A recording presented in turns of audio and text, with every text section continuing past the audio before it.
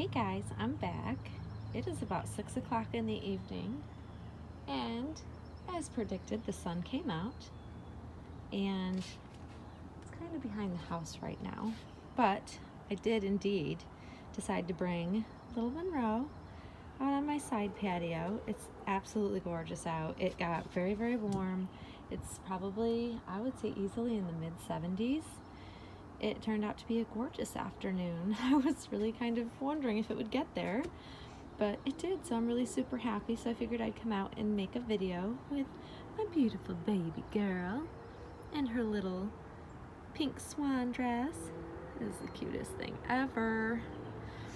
So I'm sure you guys are wondering, based on the title, Losing the Bond. I actually was really super inspired because I was watching Emily's channel, which is Reborn, but it's got an X. It's REBXORN.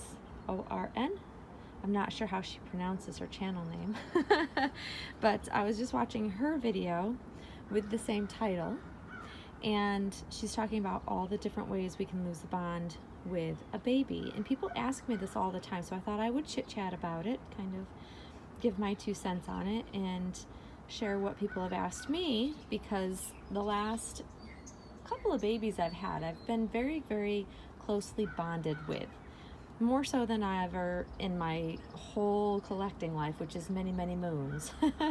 We haven't been collecting for almost 20 years, these lifelike babies.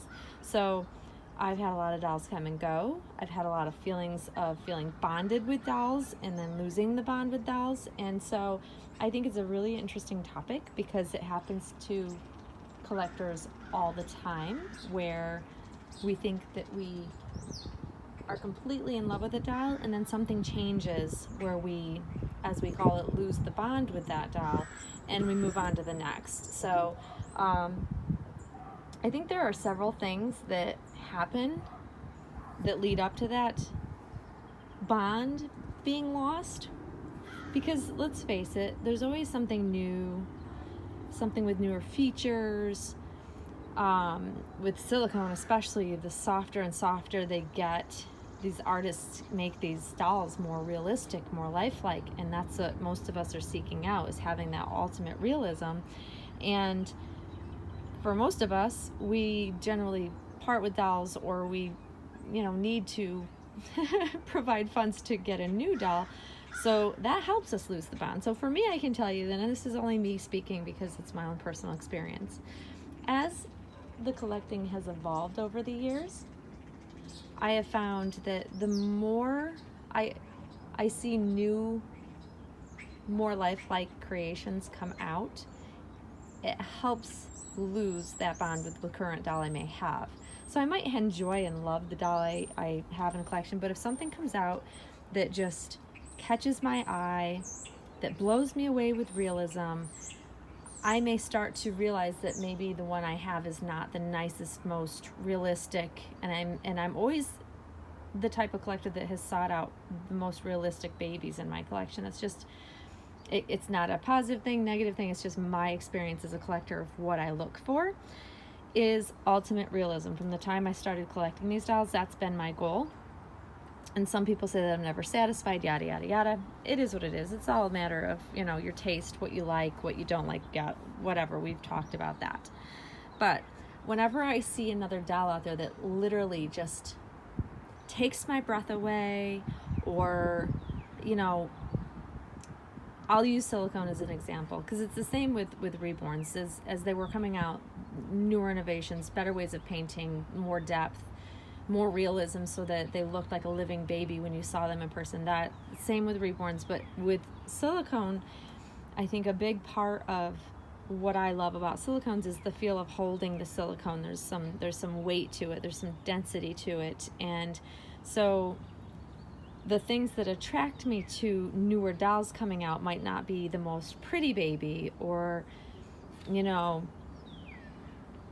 I don't know, the pretty face. That's what attracts a lot of collectors, but for me, I want realism, and I like a specific kind of silicone, hence why I had so many Romy Stridham babies, Claire Taylor babies, those are the silicones that I liked the most at the time, and now I've kind of narrowed it down to, I really love Claire Taylor silicone, which you guys all know.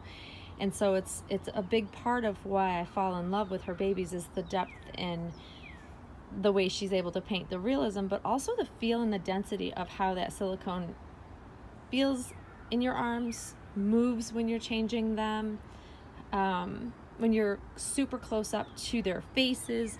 They don't look like a doll. I mean, there's a lot to it that goes into it that kind of creates that, ooh, wow, I want that doll, and therefore I become bonded to. But it's hard to do through pictures for me now and video now, because I've had so many that I thought I would really love, and then they arrived and they weren't what I thought they were in person. So I'm very cautious to kind of let go of anything to bring home something new at this point, just because I know how it's been.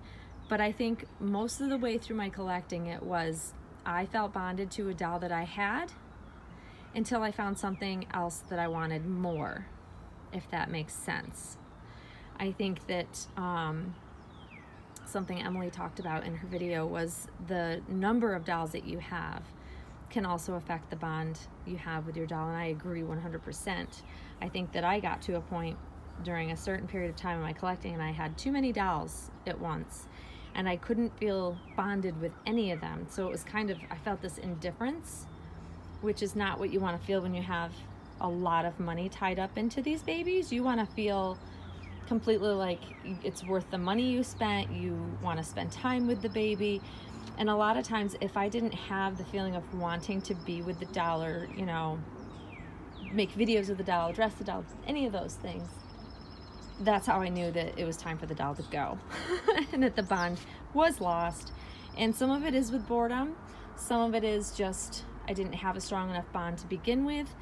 Because I know when I do truly feel bonded with one of my babies, I have no urge to look at new babies. I can appreciate my friends' new babies coming home and feel so happy and excited for them, but I don't have the urge to go looking to seek out bringing home another doll.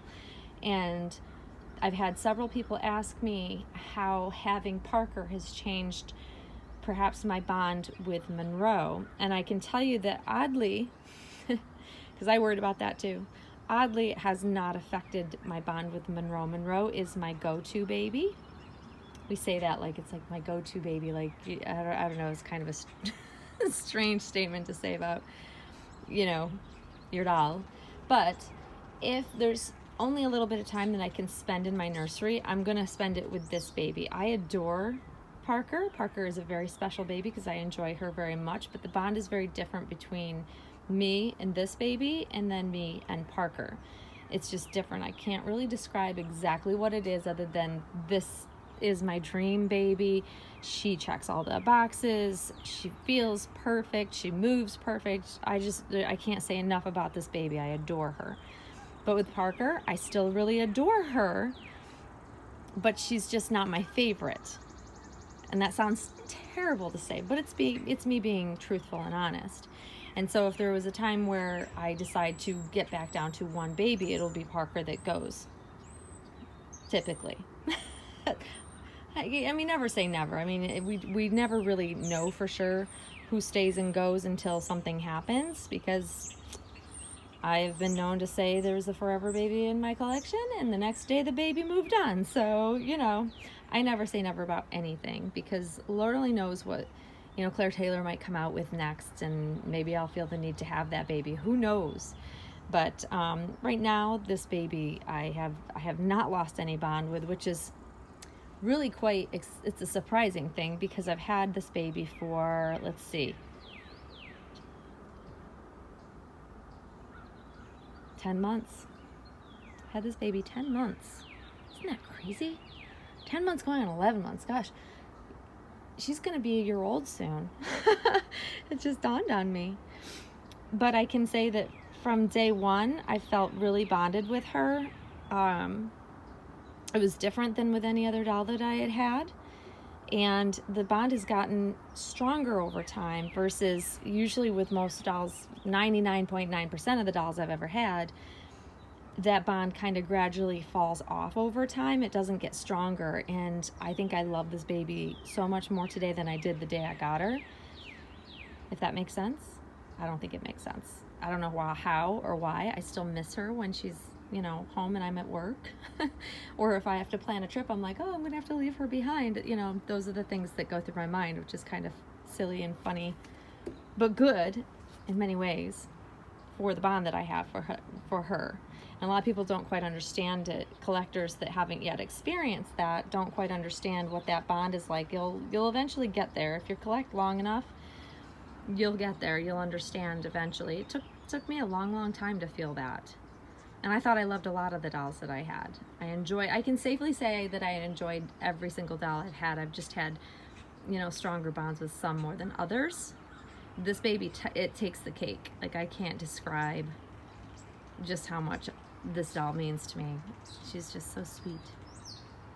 So yeah, there's my ramblings on the bond and losing the bond, how it happens. I think for every collector it's different though. I think we all overall look at the same things and like the same things, but when it comes down to like details of what really, you know, clicks for each of us, I think it's slightly different, what we love and what we don't. But it's an interesting topic. I think it's super interesting because I think I've talked to a lot of collectors about how they're bonded to certain dolls, and I don't know. I think it's interesting hearing other collectors' experiences about it. And the wind just picked up, and like I don't have the side door like shut all the way and it opened on its own. But it's so warm, I love it. So yeah, I don't know. This is a great topic of discussion. I think that it's interesting because different collectors think differently about it. And so many people ask me, because I've had this baby for a long time now, have no thoughts on letting her go anytime soon. I'm still just so attached to her. And I think people wonder what it is that makes me so attached to her. Because people do ask me all the time, like, what is it about the baby? And then I have people that are like, they adore her and can see exactly what I see. So I think it's just different for each collector what it is. But I adore this sweet girl. Look at you, you're so silly. So silly in your hat. I love the little set. I should have probably ironed that hat because it's a little wrinkly from being folded in the drawer, I think. But isn't that cute, you guys? Look at how sweet she looks. Looks like it's going to be a beautiful day again tomorrow, so I'm really looking forward to being outside and enjoying the weather while it's nice. Love this weather, guys. But anyways, I hope you enjoyed the chat. I hope you all are enjoying your Easter weekend. And I won't officially wish everybody a happy Easter because it's not Easter yet, so tomorrow we'll do that. Anyways, guys, I hope you enjoy the rest of your Saturday evening. And Monroe and I will see you all soon, guys. Thanks for watching. Bye-bye.